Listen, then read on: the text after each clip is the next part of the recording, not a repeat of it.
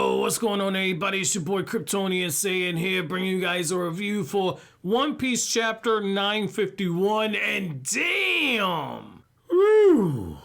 Those Yonko, how about those Yonko, man? Kaido and Big Mom clash swords. You know, before, or I guess sword to club, before, you know, we saw how Whitebeard and Shanks, you know, they clashed and it was like, ooh, that was special. It's like, no, Big Mom and Kaido got fucking lightning bolts. Like, yo, that's fucking hot right there. Yo, and the fact that like it took up like a huge portion of the page. Oh, shit.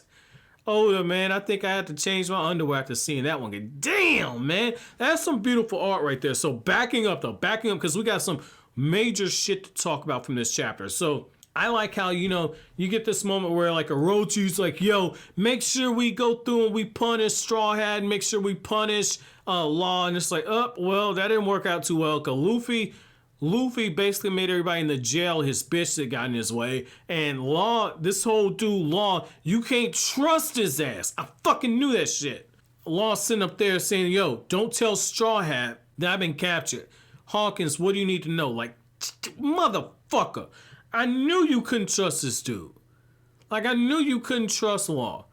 And it just makes me wonder, is this one of those times where he's appealing to Hawkins basically saying like, look, I know Kaido made you his bitch at some point because you joined his crew, but family, we about to take this dude down. You need to play your part on the inside, then you get with us, and then we'll take him down together. I'm hoping that's what Law's doing right now, but I think that, you know, with Law, I think the other thing too is like this dude's always thinking in advance, but I said before, if it came down to Luffy's crew and Law's own crew, he's going to pick his own crew 9 times out of 10. And that's exactly what happened here because Hawkins looks at him, he says like, yo, these are the lives of your crewmates, fam.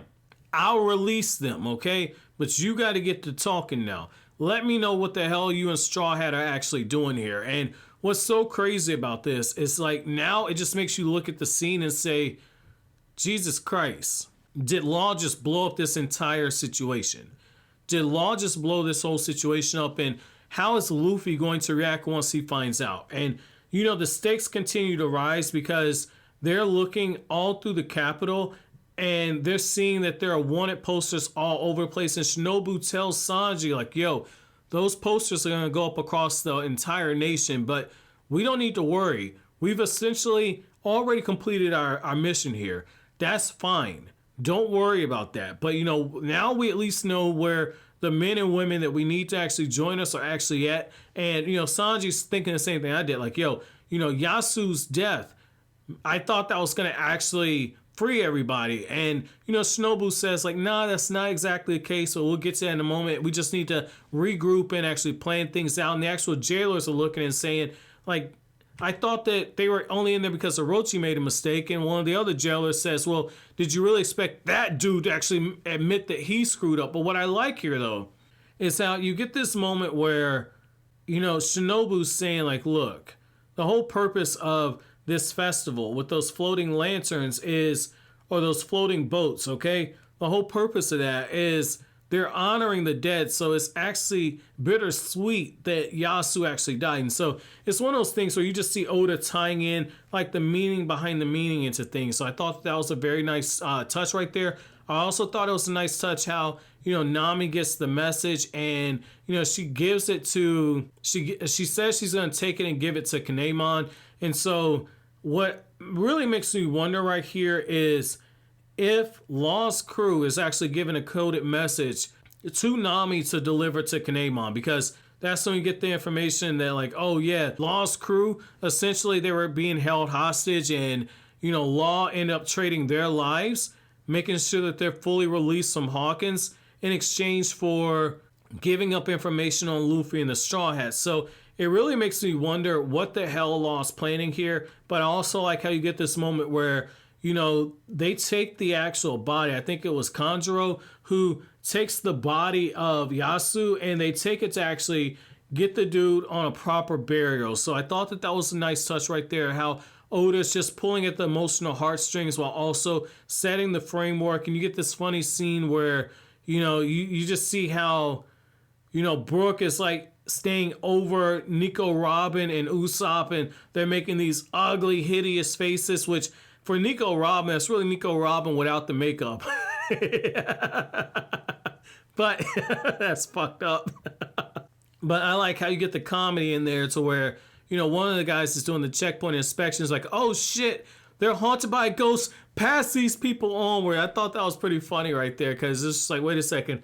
How you guys not know that Luffy has a ghost inside of his crew, basically?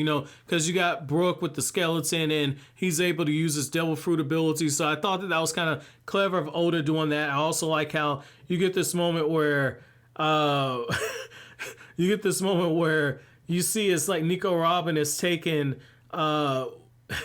Nico Robin's taking Toko's body, and she's like, you have no body warmth. I'll keep you warm inside of my cloak. Brooke's like, yo, what? My man's like, damn, man. I want to see some panties, and she about to see everything.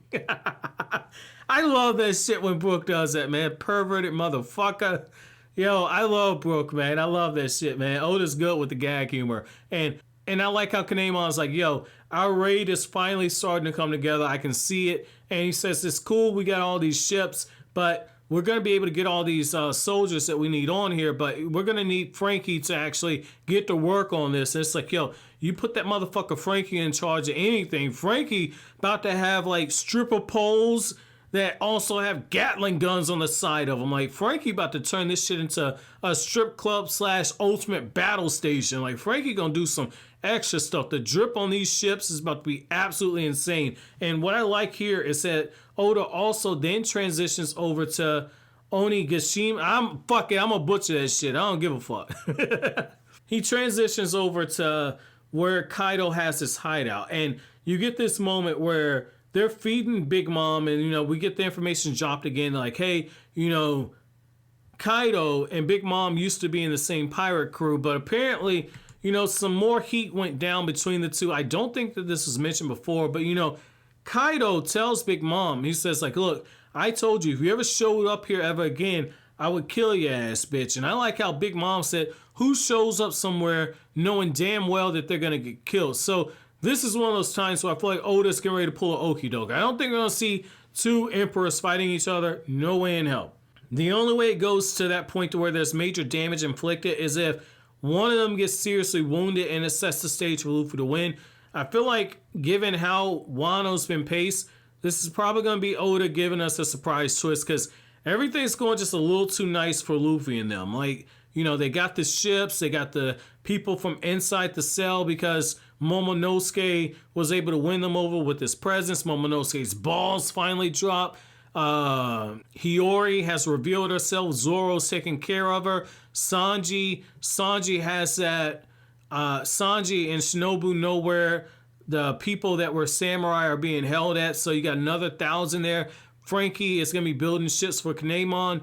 Everything feels like it's going a little too good. I don't think that Law potentially snitching on the Alliance is going to be something that is the only shoe that drops. I think Oda's giving us one more shoe that's getting ready to drop. So that's me interesting to see if I'm right and how Oda kind of transitions there. So my chapter question to you guys is, where does Law's betrayal rank in the biggest anime betrayals in One Piece? Let me know down in the comment section below. But as always, guys, if you like anything I had to say, don't forget to comment, rate, subscribe, and share. Thank you so much for watching until the end. Have an awesome day, guys.